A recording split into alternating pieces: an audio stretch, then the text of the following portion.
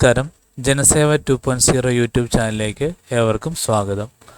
ആദ്യമായിട്ടാണ് നിങ്ങൾ ഈ ചാനൽ കാണുന്നതെങ്കിൽ സബ്സ്ക്രൈബ് ചെയ്യാനും ലൈക്ക് ചെയ്യാനും താഴെ കാണുന്ന ബെൽ ബട്ടൺ അമർത്താനും ശ്രദ്ധിക്കുമല്ലോ.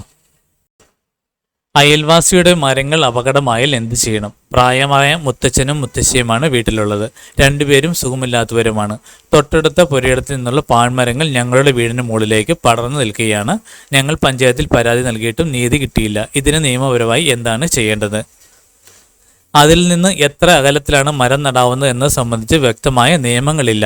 തങ്ങളുടെ മരം മൂലം അയൽവാസികൾക്ക് ശല്യമുണ്ടാകാതിരിക്കുവാൻ ഓരോ വസ്തു ഉടമകളും ശ്രദ്ധിക്കുക എന്നാണ് പരിഷ്കൃത സമൂഹത്തിൻ്റെ ലക്ഷണമാണ്. എന്നാൽ ഈ വിഷയത്തിൽ ഒരു തർക്കമുണ്ടായാൽ പൊതുപ്രവർത്തകരുടെ സാന്നിധ്യത്തിൽ വിഷയം രമ്യമായി പരിഹരിക്കാൻ ശ്രമിക്കാം. അതിനും കഴിഞ്ഞില്ലെങ്കിൽ തദ്ദേശ സ്ഥാപനത്തിൽ രേഖാമൂലം പരാതി കൊടുക്കുക.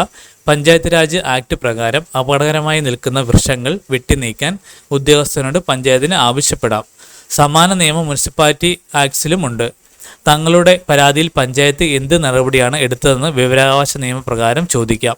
പഞ്ചായത്ത് ഒരു നടപടിയും എടുത്തിട്ടില്ലെന്ന് താങ്കൾക്ക് ബോധ്യപ്പെടുന്ന പക്ഷം മുൻപ് അയച്ച പദ്ധതിയുടെ കോപ്പിയും ആവശ്യമായ രേഖകളും സഹിതം തദ്ദേശ സ്വയംഭരണ സ്ഥാപനങ്ങൾക്കുള്ള ഓംബുഡ്സ്മാൻ പരാതി അയക്കാം. മേൽവിലാസം ഓംബുഡ്സ്മാൻ LSGD 4ാം നില, സാഫല്യം കോംപ്ലക്സ്, പാളയം, തിരുവനന്തപുരം 695034.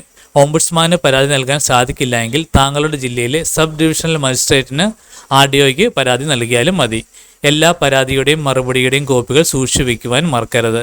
ഇത്രയൊക്കെ ആയിട്ടും പരാതി പരിഹരിക്കപ്പെടുന്നില്ല എങ്കിൽ വക്കീൽ മുഖാന്തരം ഒരു സിവിൽ കോടതിയെ സമീപിക്കേണ്ടതായിട്ട് വരും. ഈ കാര്യങ്ങൾ എല്ലാവരിലേക്കും ഷെയർ ചെയ്യുക. ഇത് എല്ലാവർക്കും ഉപകാരപ്പെടട്ടെ.